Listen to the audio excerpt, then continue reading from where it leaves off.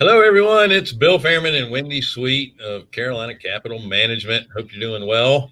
We have an awesome guest today. Yes, we do. Eddie Speed of Note School. We've known Eddie for a long time. We've been in the mortgage business forever, and it wasn't until we attended Note School that we figured out that hey, we're in the note business.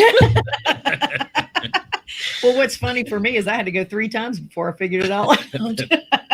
That's even worse. It is.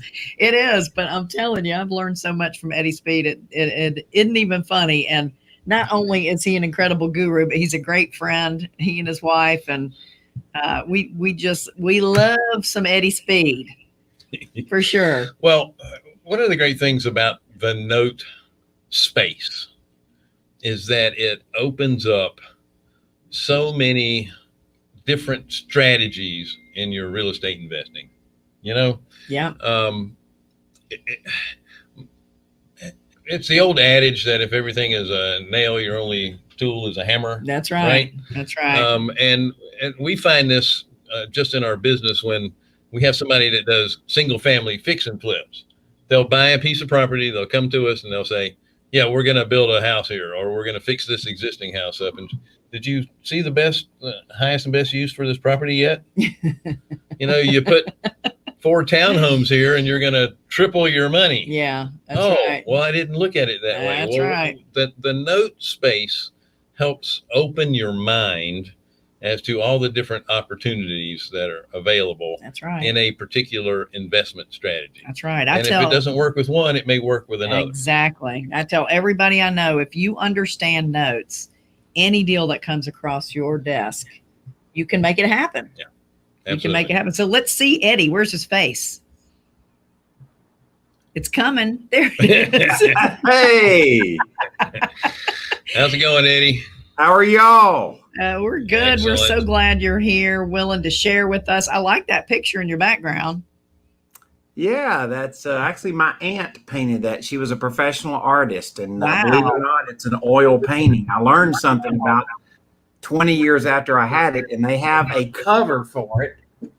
You can hear me knock on it. Oh yeah. And they say that over time that the oil will go away, and so it's a non-glare cover, so you actually can put a cover over it. And I just like it so much, it's kind of in my studio, so to Yeah, speak. it's neat. It's really neat.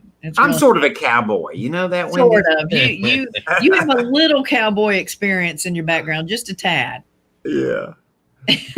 So Eddie and I and Wendy are in several groups together, but the one that I'm referring to, the one that's legal, Collective Genius. Collective Genius. Poor Bill. Unfortunately, I'm not one of the geniuses, apparently. But Eddie did a presentation for the group a few weeks back that I thought was really timely. And I was awesome. Wanted to share it with our audience. And it has to do with, current factors in the market. And were you going to do a little presentation, or you just want to talk off the cuff about it? I mean, I've got some great slides if y'all want to do it. Yeah, I think we don't have. I was going to say, I think the slides are really important because it really shows some good stats that people really need to understand these things and what the bigger banks around the country are wanting to do. Right. So I'm going to turn it over to you, Eddie. All right. So I'm going to share my screen, and then I'm going to try to find the correct spot on PowerPoint here, and I'm going to start. All right. But y'all are going to stay on with me and criticize me, all right?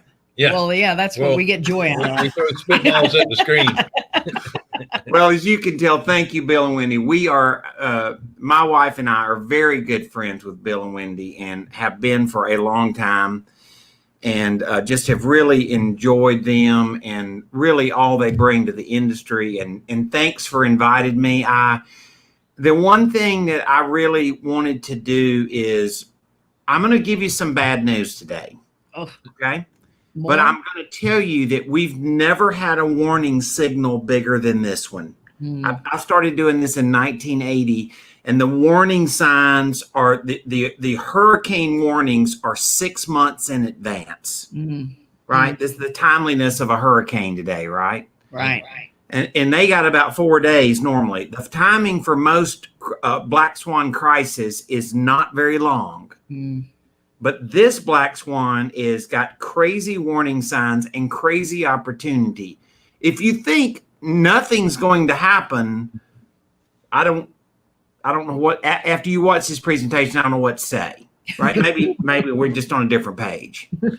But if we do get on the same page because of some data and some facts and some information, what I want you to see is that I named this presentation Double Your Net Worth in Post-COVID.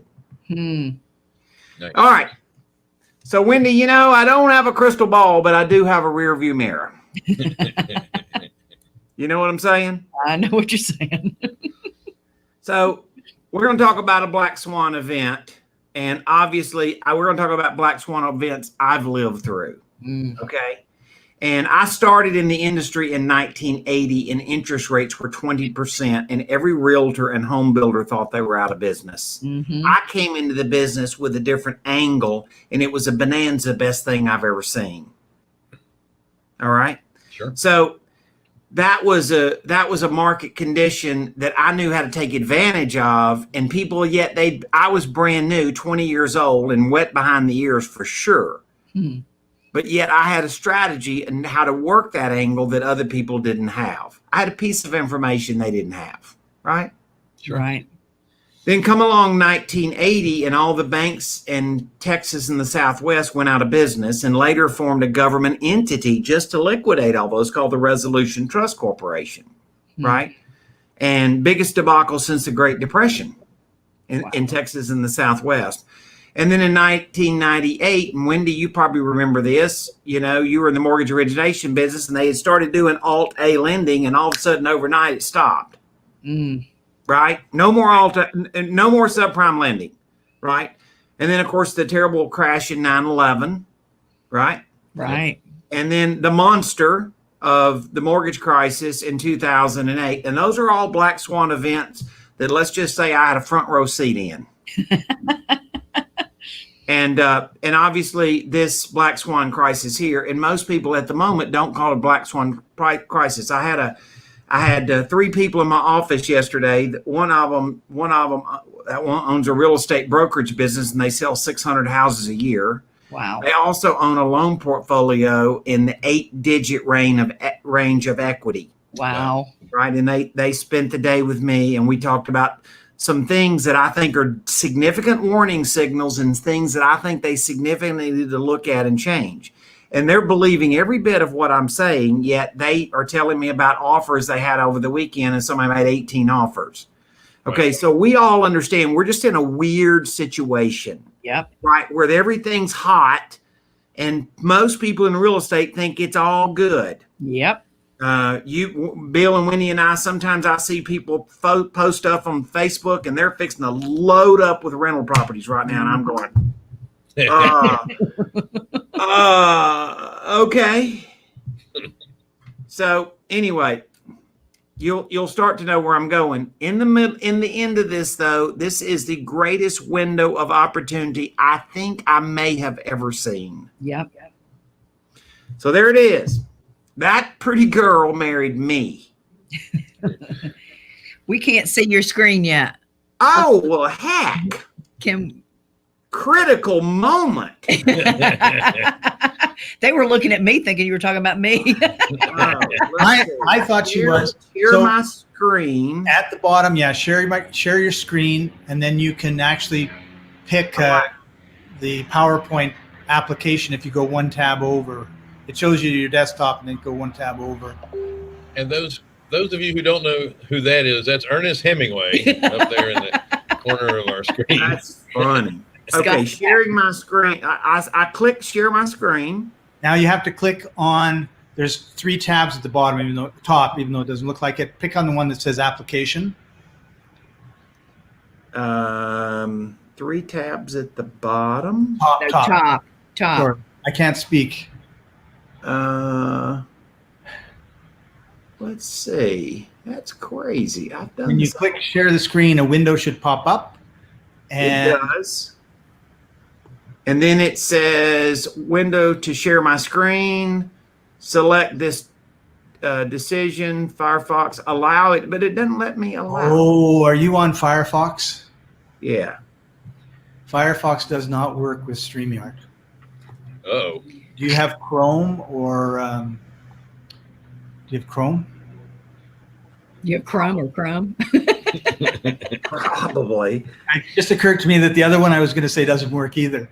So, You know what? Let's just go with some things here. okay. All right. Let's do this. I'm going to talk to you about some things that have happened in the market, and I think I can get us there, and I think I can get us where I want to be, and I'm going to give you guys an opportunity to get some more data and facts anyway. Okay, awesome. So if you decide that you want to dig in a little deeper and at a much deeper level, we can do a more official presentation, because that's a giveaway I wanted to give you anyway. Awesome. Thank Perfect. you. So I married the prettiest girl in Hattiesburg, Mississippi in 1982. Yes, you did. And in 1980, when we met and started dating, her dad was in the note business. Mm-hmm. Now he was a landlord and very active in the business, rental properties and multifamily and fixing and flipping and all that stuff. But he's a fireman. So he became the millionaire fireman. And then he retired in the fire department because he started really young. He retired from them at about 45 years old. Wow. And then he was started buying seller finance notes because interest rates were 20%. And a lot of people created seller finance notes because they had to. Right. Because to make mortgage financing available. So that was I entered in the industry at a black swan market. So Mr. Shoemake, my father-in-law, he was a long-term thinker, right? He was a long-term thinker. And a little bit, Bill and Wendy, I don't know that he would even get the culture of kind of some of these ninja guys. Like, I'm not saying all of them, and I'm not being disrespectful, but there are some guys that make $500 to $1,000 a year income and yet don't have net worth. Mm. Right. He wouldn't get that. That didn't make sense to him, right? Sure.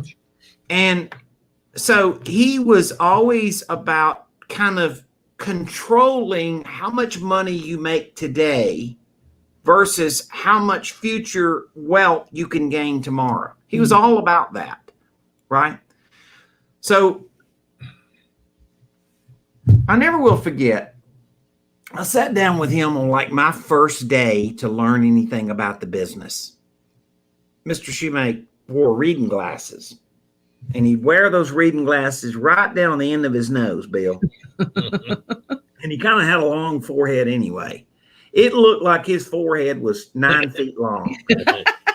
And he'd look down the top of them reading glasses, and he was real. He talked very Southern, right? So he talked real slow like that. He was smart as heck. He's brilliant. And he'd look down them reading glasses, and he'd lean over that desk like that, and he'd talk real low.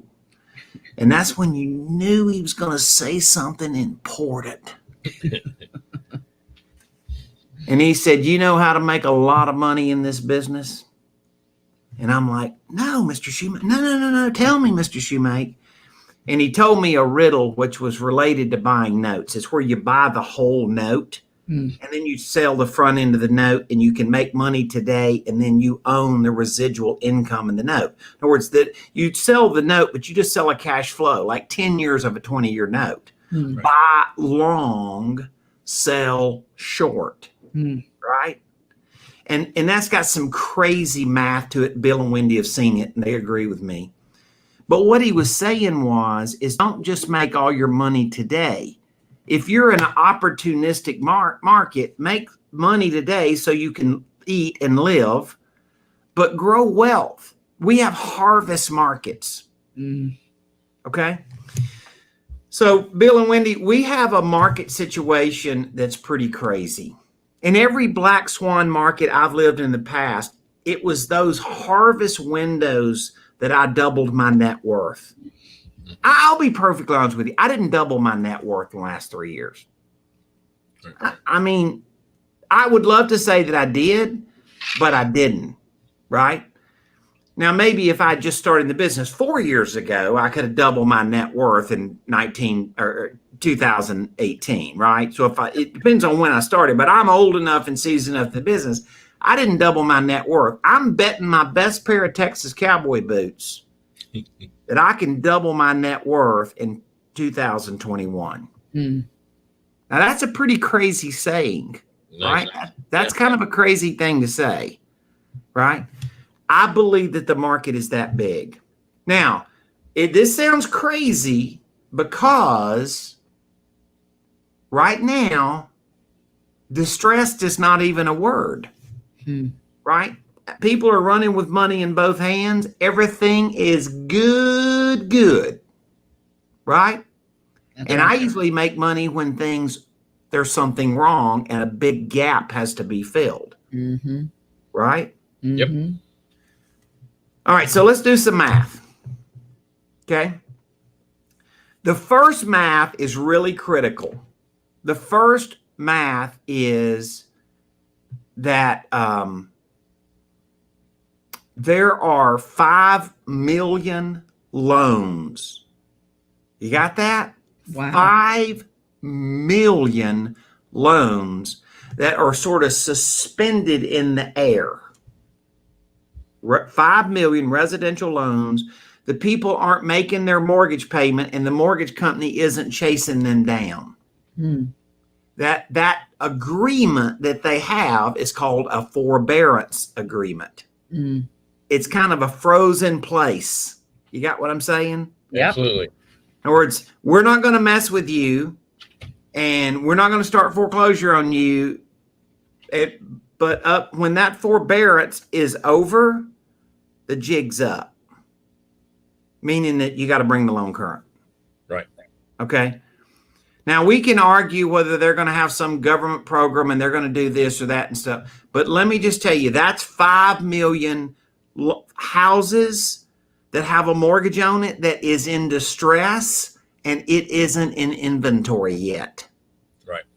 Right? Absolutely. There's another problem.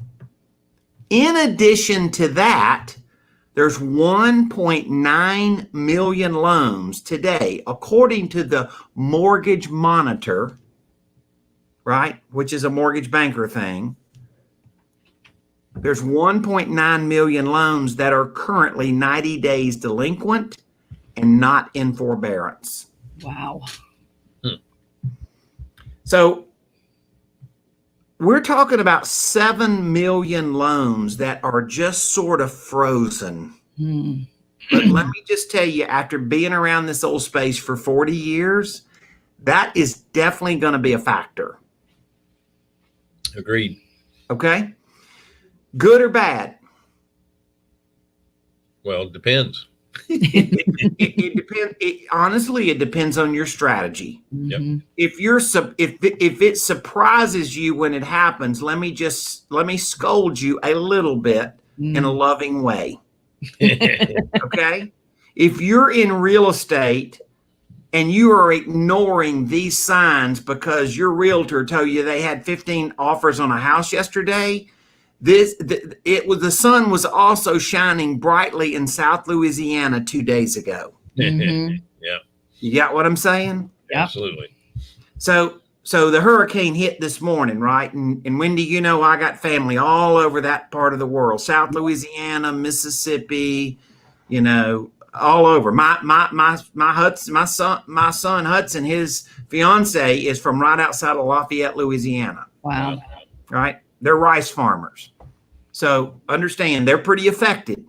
Yeah.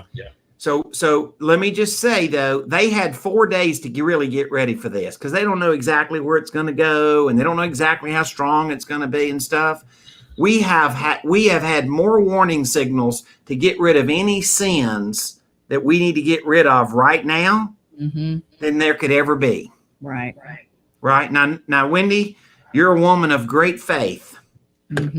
Right? And God doesn't tell us what he's going to go do with us always in the future, right? That's right. I wish Let me you tell would. you something. We have all the warning in the world in this real estate cycle to prepare for the market conditions ahead. And the big banks last quarter of last year, the big banks, let's see, Wells Fargo, Citi, Bank America, and Chase, 4 big banks. They had combined, their budget for like any problem loans was very, very small.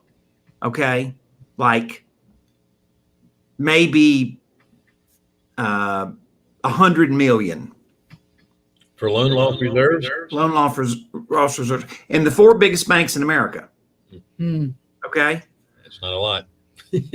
Okay. Well, let's multiply that times 10. Wow. Times 10. Wow. That's their budget they've set aside in the second quarter of 2020. Wow. Okay. And by the way, I've got great stats and data and stuff. And if you want to go plug in and we'll give you some more training, we'll give you access to a lot of stuff. So I can justify anything I'm saying. It's not Eddie saying it. Right. Okay.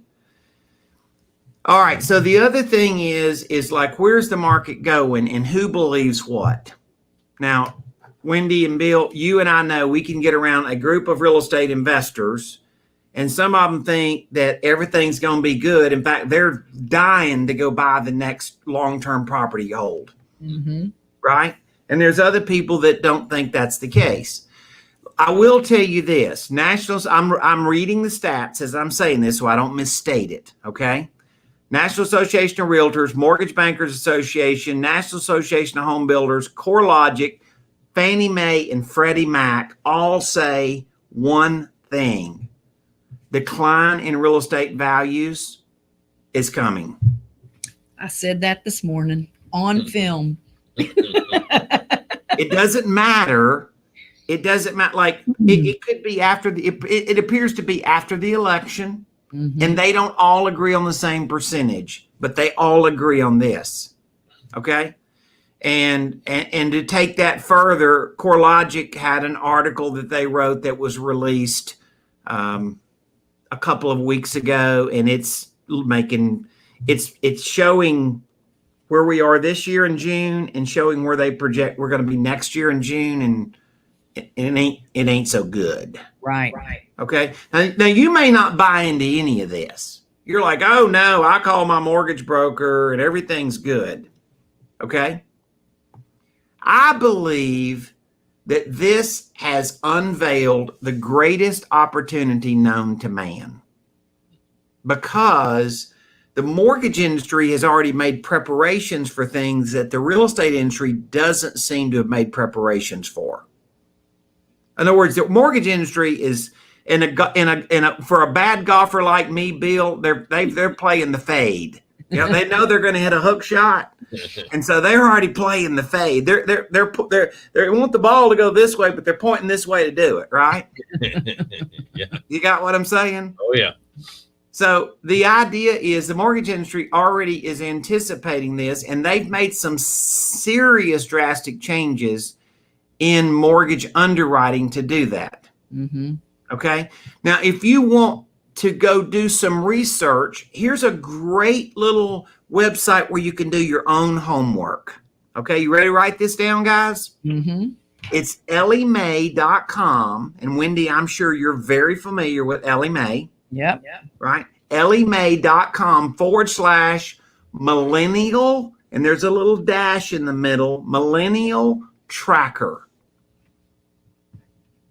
Now, you can take any municipality in the country and go type in, and it will tell you the mortgage production within that market.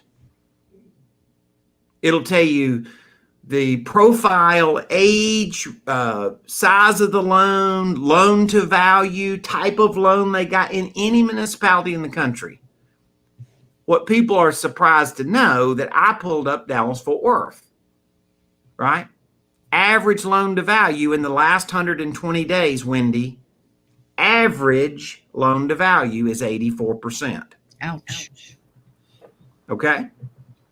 So everybody thinks everybody gets a conventional mortgage and only pays 5% down. There's just no data to justify that. Right. And I've got multiple monitors that we do to track the average down payment of new loan originations for the last 5 years. The average down payment this year is 16%. Nice. Okay.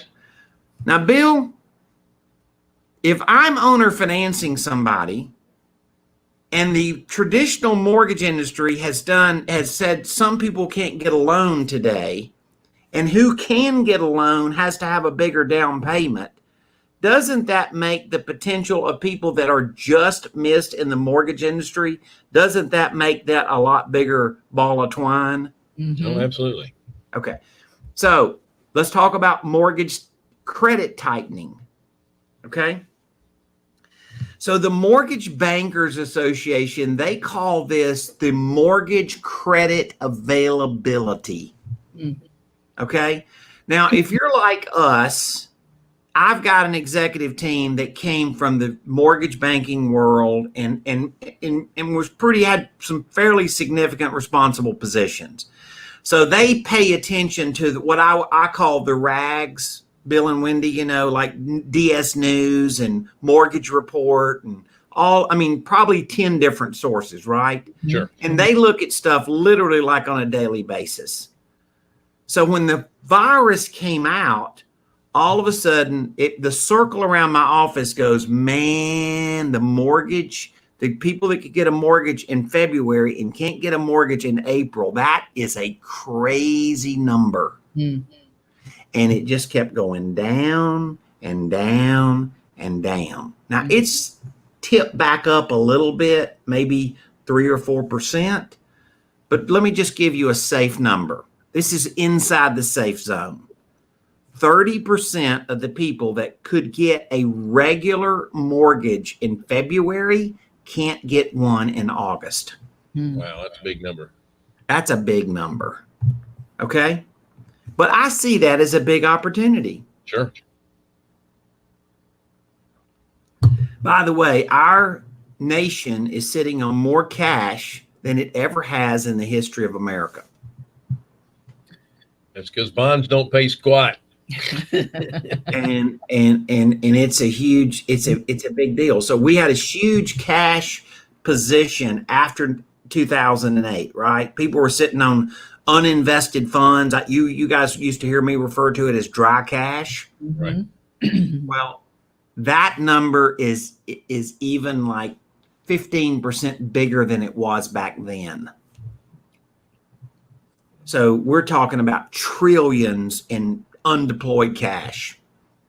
Okay, so let's talk about where we are to date. All right. What I've said is a storm's coming, right? It doesn't feel like it. The sun's out. Everybody's happy, right? But a storm's coming, right? We have a warning sign that tells us a storm is coming. The longest warning sign that I've ever seen in any cycle I've ever seen in the past. Part of that, Bill and Wendy, a big part of that is we fully understand that people say, oh, Eddie, there's no inventory. And when there's no inventory, there's pressure to drive the market up, right? Or at least it sells quickly. And that is an absolute true statement. Okay? Let me tell you where some potential inventory is that could change things. Okay? 5 million loans in forbearance. Okay? Yep.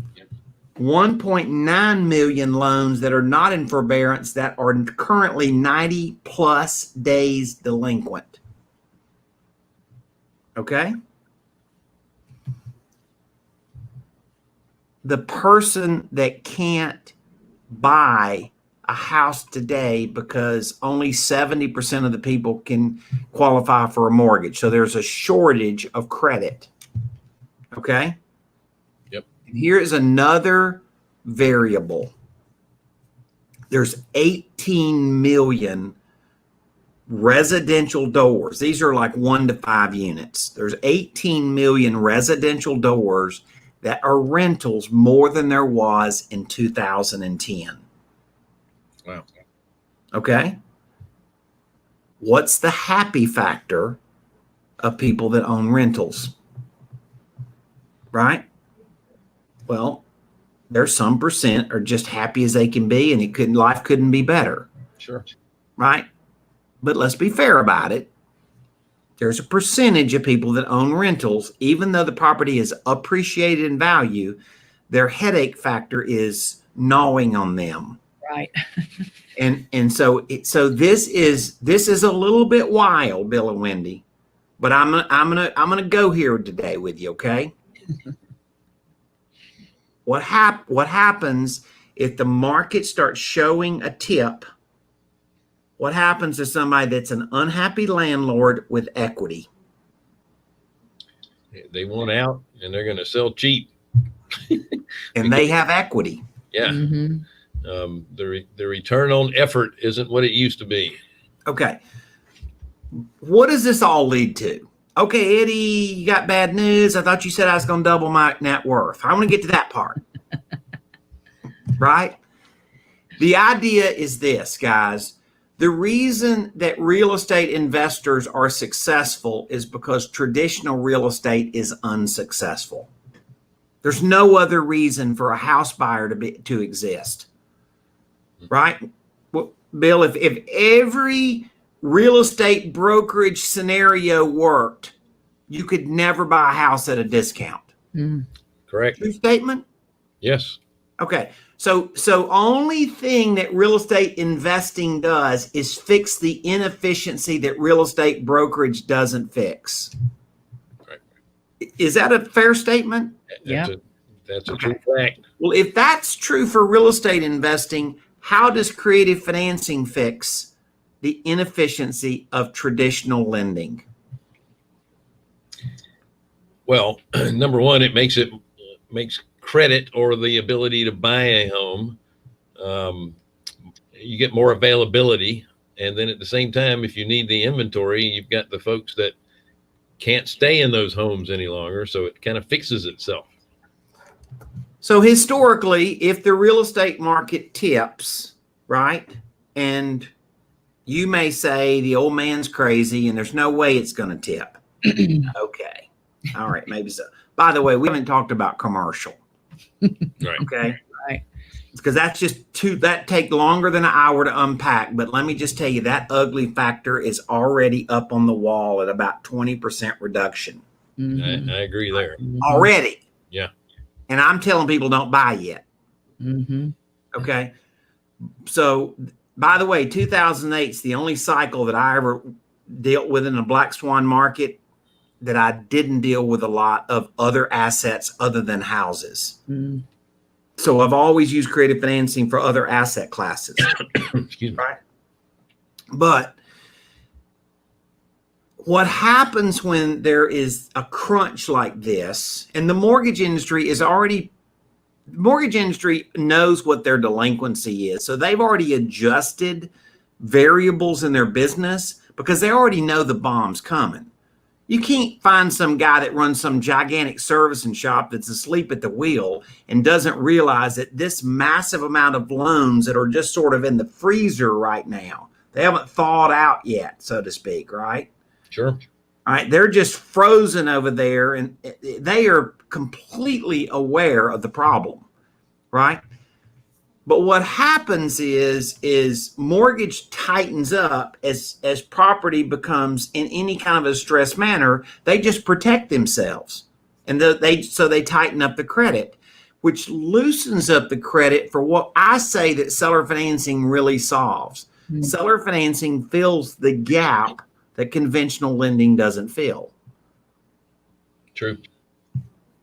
And to make seller financing a real legitimate model, it's not to go sell a crappy piece of property to a crappy buyer. Right. It drives me crazy That's a complete misapplication for seller financing, right? Right. You can sell premium quality properties with seller financing if the conventional mortgage business is partly out of business. And that's where we're at. And that market is going to change. So I want to go back to something I was telling you about yesterday.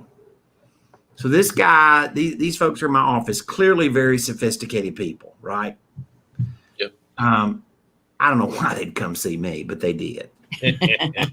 Stop it. Anyway, they come to my office and they ask me several questions, and he says, okay, I've got a significant rental portfolio. Now he's in a well-known market that Wendy and Bill, you would call hot. It's a hot market. He's got over 100 houses. Average value is a couple $100,000. Probably average debt's about 80 grand. Wow. So just do the math. This is a significant amount of equity, right? And he said, what do you think I should do? I said, I think you should seller finance every one of them. And he said, okay, I'm all ears. Tell me why. I said, because if that house drops by 15%, let's just use some fairly easy math, right? Let's say that he owes half of the value of each one of those houses, just for some easy math so people can follow it in their head. Okay. House is worth 200, he owes 100. Okay. I said, so your equity is 100,000 per property, right? Mm-hmm. Fairly easy math. Your equity is 100,000 per property. If that house goes down by 15%, your net worth drops by 30%. Mm-hmm. Right. If the property value drops to this, half of it is leveraged, right? So his equity is the top part. But if that house drops in 15% in value, you're talking about 30% of his net worth. Put that over 8 figures. Wow. And it was a process, right? And we mapped it out and we dollared it out and we did this and we calculated this and we ran, so it was a process that we went through. And at the end of the day, I'm fairly sure they left my office with a plan. Excellent. Right? I'm pretty much 100% sure they left my office with a plan. And that was, they are now convinced that we are in a seller finance cycle, not a buy and play the lift on real estate value cycle. Right. Does that make sense? Yes. By the way, let me just tell you something really important. While I know that may somewhat affect your hard money lending business, the hard money lending business adapting to some hybrid lending where you make a hard money loan and they do a seller finance second, I see that full out as a play. Sure. So I don't think there's any way, and I'm sure you've already mapped this out in your head, but you guys have some very good days ahead of you relative to what you do.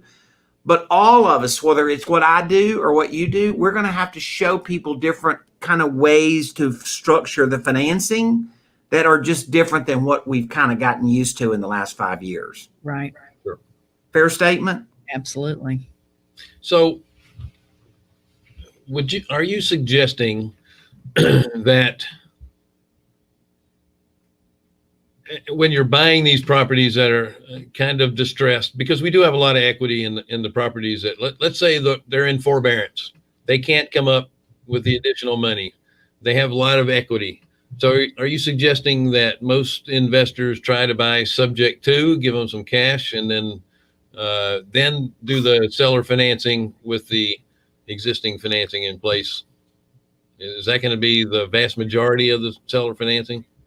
I don't think sub two. I mean, it's going to be a piece of the business, but it's not going to be a significant, measurable piece of the business. I coach some extremely active real estate investors, what I call the ninjas, right? Now, I coach people that aren't ninjas, but I coach definitely a bunch of ninjas, right? Mm-hmm. And really about 25% of what they bring me has anything to do with sub two. I mean, this is showing them how to buy property with creative financing. Right. It's a piece of the business, but I don't believe like we're going to look back and there's 100,000 sub twos that happen in the market. I just don't think that's going to be the case. Right. I think that what's going to happen is right now people are not forced to make a decision and go put their properties on the market. Right. Not now. Right. Yeah. But there's 7 million loans that are in distress, and some of those loans have some fairly decent equity. Right. They're delinquent, but they're not. It's not like 2008 and they owe a dollar and a dime of what it's worth. Right. Right. It's not that market cycle. Right. So there's some equity in these properties, and there is going to be a point where people look at it and go, yes, there wasn't any inventory, but now all of a sudden you listen, let's go. It doesn't take a lot to change how much inventory looks like a lot, right? When you have 7 million potential loans that even some piece of those end up in inventory, you change your inventory numbers fairly significantly. So I'm just trying to answer the obvious question was any realtor you call today, any appraiser you call today says there's no inventory. How can the old man say we're going to decline in value when there's no inventory? That's right. Well, I see even in the best case scenario, there may not be a decline in value, but there's certainly not going to be any depreciation in certain markets. So Well, if you're buying it for the value down the road, that's not the reason to buy it.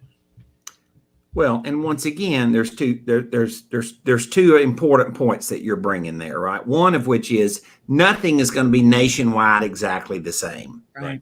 Right. So somebody's listening and they're going, okay, well, I'm not in that market. I'm not in one of those on fire markets, and my market's not going to decline that much. No, not every piece of real estate in your market's going to decline, but the real estate investor type product is going to be affected. Now, let me just say something. In the middle of all this, my punchline is you can double your inventory because you know how to fix a problem other people don't know how to fix. Right. We got addicted to the wholesaling model, right? All right. So Bill and Wendy, I was in a mastermind with you guys, Collective Genius for one, for sure, right? I was in a mastermind with you guys, and when around 2012 is when all the hedge funds started literally coming into CG and saying, hey, we need to do business with all you ninja guys. Right? Because they had the horsepower to go buy $100 million worth of houses. They just didn't have, they had the capital to buy $100 million worth of houses. They didn't have the horsepower to do it because they didn't have the marketing machine. Right. And then that's when real estate investors started flipping their contracts before they ever closed, and they flipped their contract to a hedge fund. Right? So that was started around 2010, and it started sunsetting somewhere around 2015. I'm not saying zero on either end. I'm just saying, that was the peak of the market, right? And then about the time that the hedge fund started sunsetting a little bit, who comes along? HGTV, baby. Right? HGTV guys, if you thought the hedge funds would pay a price for a property, HGTV guys would pay a premium because they didn't feel like they had the horsepower to go find the deal and do all that stuff, right? And and once again, they weren't as, they were kind of new in the business, and so they were anxious, let's just say, right? Well, let's look at the HGTV buyer today. Okay. He's buying, but is he a cash buyer, or is he a buyer that is reliant on credit capacity down the road? Right? Because he's buying to rent it or buying to resell it to another consumer. And so if mortgage financing affects either one of his exits, does that affect the house buying business? Absolutely. Okay. Well, then even if the house on 123 Main Street in a certain market doesn't go down, does that mean no houses in the market can go down? No. That's kind of my point, right? In other words, if we understand the fringes, we start realizing most every scenario. Now, once again, I see this as opportunity. Sure. The guy that's not going to see it as an opportunity is a guy that doesn't know how to adjust his business. Mm-hmm. And that's why we're in these groups together, so we can teach each other to adjust their businesses. Mm-hmm. Yeah. And best practices as well. Man, I don't want to say that you're painting a terrible picture because it isn't. You're painting a terrible picture. It is. No, it's an opportunity. Yeah. And people need to know this and see what most people either don't have access to that data or They ignore it. I they're think too busy to look at it. Yeah, so many people are ignoring. They're what's too happening. busy in their business, not working on it to see what's going on around them. Right. Right. Mm-hmm. Well, I mean, we're in a unique situation, right? The mortgage data became prevalent in the last real estate debacle. Do you want to know why? Why is that? You want to know why CoreLogic and all those guys, it became so prevalent that mortgage data was important? Who entered the market? The last debacle, who entered the market that had never really been in the house buying business before? Oh yeah, well that'd be your Hedge hedge funds. funds. Yeah. Hedge funds. Hedge funds are data geeks. Yep. They don't buy anything without data. So every other black swan market I've ever lived in prior to that, there wasn't this data. Mm-hmm. I mean, like all these charts and graphs and cool stuff that I'm talking about, that didn't exist in the past. Right. Right? So this last cycle was the first time that everybody could look at, y'all remember the expression shadow inventory? Yeah. Oh, yeah. Okay, shadow inventory was houses that were going to be foreclosed on that weren't foreclosed on yet. Right. And the mortgage industry in the REO world, real estate owned, which was foreclosed property world, that became the big term. What's the shadow inventory? Mm-hmm. Well, I've just defined to you shadow inventory. Right. 7 million. I mean, that's a clear definition of what shadow inventory means. Mm-hmm. And so all this data, in fact, Bill, I would love to tell you this is amazing, that my two best executives in our company that pull stuff literally every day, honestly, they don't even, like maybe they may have one or two sites that they pay some kind of monthly subscription of $100 for. Yeah. And the rest of it's on the internet for free.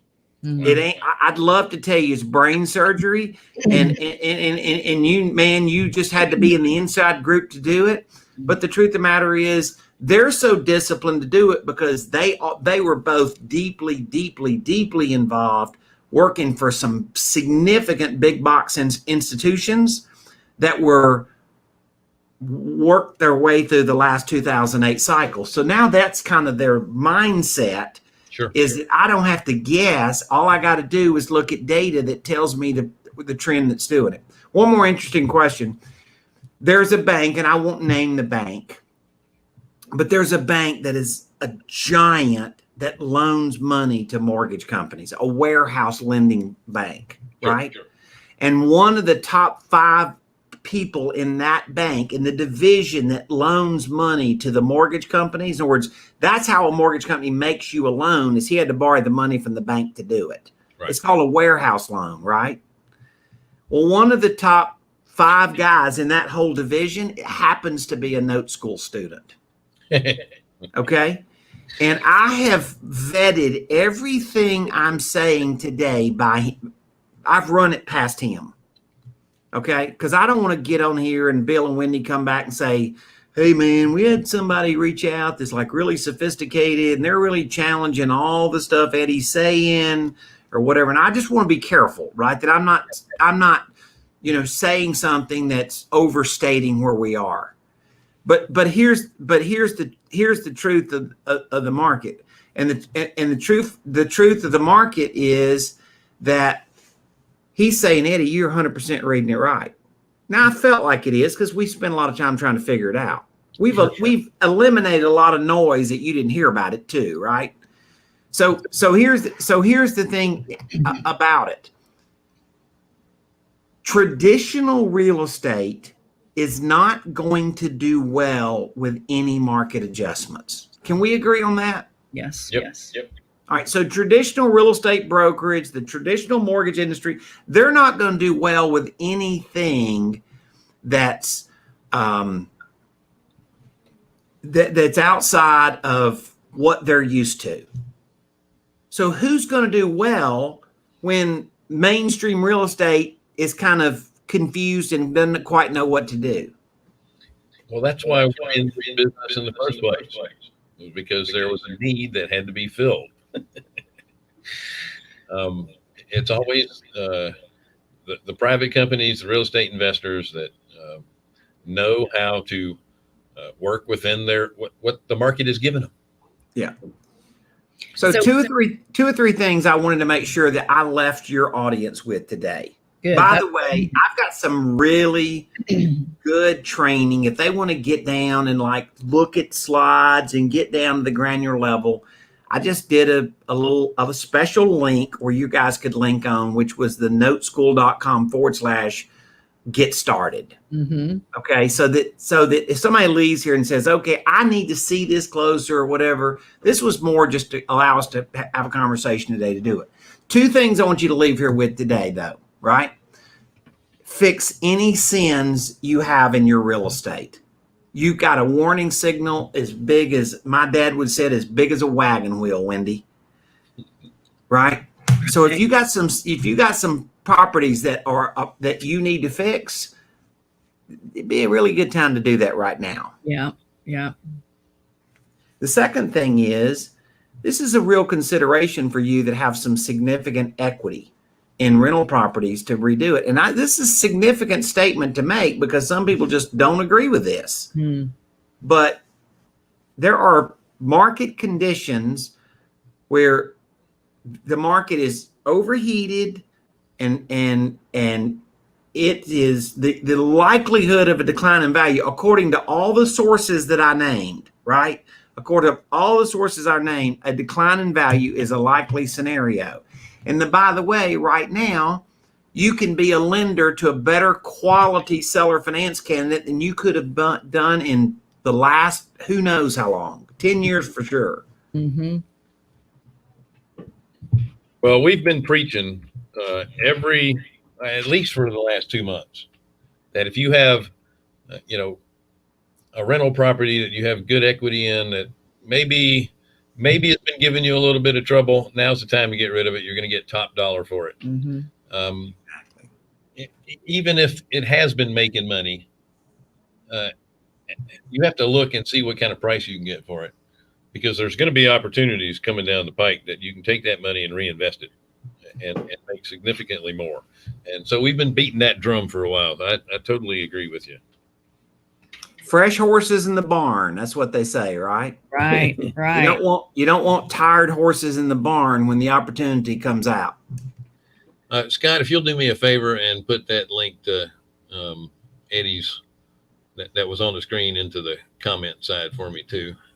That'll stay in there. Yeah, Billy tried to start on that, but it'll take him forever to finish. I'm trying to do my hunting and pecking on and Scott was too quick to take it off of there. There it is. What are you trying to say? Thank you so much, Eddie. You always. You bring it. You do. You always just bring 110% to the table, and so full of great information, and your insight is just incredible. And I love what you're saying, because it's so many people in this world, especially a lot of other hard money lenders. We talked about that earlier on our show earlier today, is how people are starting to lend more, and they're going from 65, now they're up to 70%. And it's like, there's nothing going on in the background. Like everybody's just running around like happy, like everything's getting back to normal. And I'm not feeling it. You know, I think we need to have some serious caution going on still, and you're bringing that right to the table. Thank you. And there's so many consumers out there that have no idea what forbearance means. They think there's just a pause, and then they're going to add whatever they've been owing to the balance of the loan, and I just start over again. That's not the case. At the end of a forbearance, they got to pay everything that was due in that time. And who has that kind of money anyway? Yeah. You know, they didn't have it to pay the monthly payments. Where do you think they're going to get it from to bring it current? Right. You know, even if somebody files bankruptcy, to go bring up all their arrearage usually is a 3 to 5 year period. Yeah. Yeah. Right? They have to go make their regular payment plus make all the payments they didn't make in the past. So this is drastically going to affect somebody's cash position. Yep. You know, if they have a mortgage and stuff. So I'm not saying we're going to have 7 million foreclosures, but the thing that I believe is different than 2008, I think a lot of these loans have equity, and I think they become inventory. And that's pretty much believed throughout the mortgage industry. All right. So before we go, is your belief that most of these financial institutions will sell these notes off that are delinquent and or people can't make those payments up? Yeah, that's the historical pattern. The historical pattern is they sell them. They have to charge them down first. Right. Everybody's all amped up about buying non-performing notes, and everybody's amped up about short sales. And until that loan has been charged off, and they start charging it down at about 90 days delinquent, until it's charged down and it's 60 cents on the dollar, the lender's not going to go sell it and accelerate taking a loss that they can kick the can down the road. Right. So there's kind of there's an incubation period before it becomes a delinquent note that gets sold. Yeah. Well, I would say what am I trying to say here? The little notation on that is that they have been setting aside a bunch of loan loss reserves in advance of this. So it may not take as long for them to charge them down since they've already put the loan loss reserves aside. Yeah, they're treating it a little different than, 2007. So it may be a little faster process. It could be. One point to remember. 2008, we did not see the decline in real estate values that everybody thinks they remember. That was not actually what happened. In 2008, everything was just not selling. It wasn't that property was dropping in value 30 and 40% necessarily. It's just that nothing was selling. Right. When the banks foreclosed on all of those houses, they're the ones that hit the switch and started selling. That's because those loans had no equity. Right. These loans have equity. Right. So it's a different characteristic of how the waterfall of this inventory starts moving. Excellent. We got a question from somebody that says, how will you double your net worth? No, Is that us? that was the name of the show. Oh, now I got it. Okay. Sorry. And the answer is that pretty simple, is that I'm going to be the bank when the bank's out of business. Yeah. Yep. So are you starting to do seller financing now, or are you going to wait a little longer? I'm seller financing now because the pool of buyers I can sell to, Wendy, is unbelievable. Yeah, they're already there, aren't they? And a lot of them have cash to put down. Unbelievable cash. They're just not bankable for a loan. Look, right now, just because somebody can't get an average conventional mortgage, the average credit for a conventional mortgage is about 750. Wow. That's the average. Pretty high. That's pretty high. Yeah. Eddie, Yeah. thank you so much. I know we're past the 2:00, and I appreciate you spending all this extra time with us. Again, folks, go to noteschool.com/get started for further data on this. I think it's very important for you guys to check this out. Don't forget to like, share, and subscribe to our channel. If you are interested in getting a loan, go to carolinahardmoney.com. Click on the borrower tab. If you're looking for what is it you're looking for? If you're looking to invest money in the fund or to do some one-off lending, click on the investor tab. tab. Thank you so much. Oh my God, Eddie. I've been so tongue-tied today. Yeah, they didn't but let me speak hardly on the first show, and it I was couldn't get probably warmed up. good. It was good. And it's amazing too, Eddie. We're way over our time and nobody's left the scene. Everybody who's watching live is still hanging in there. So that shows you that there's some serious interest in what you're talking about. Great information. Thank you so much. Thank you. So I'll be able to speak completely next week, Yeah, I'm sure. hopefully. Thanks so much. We'll see you next week. Take care.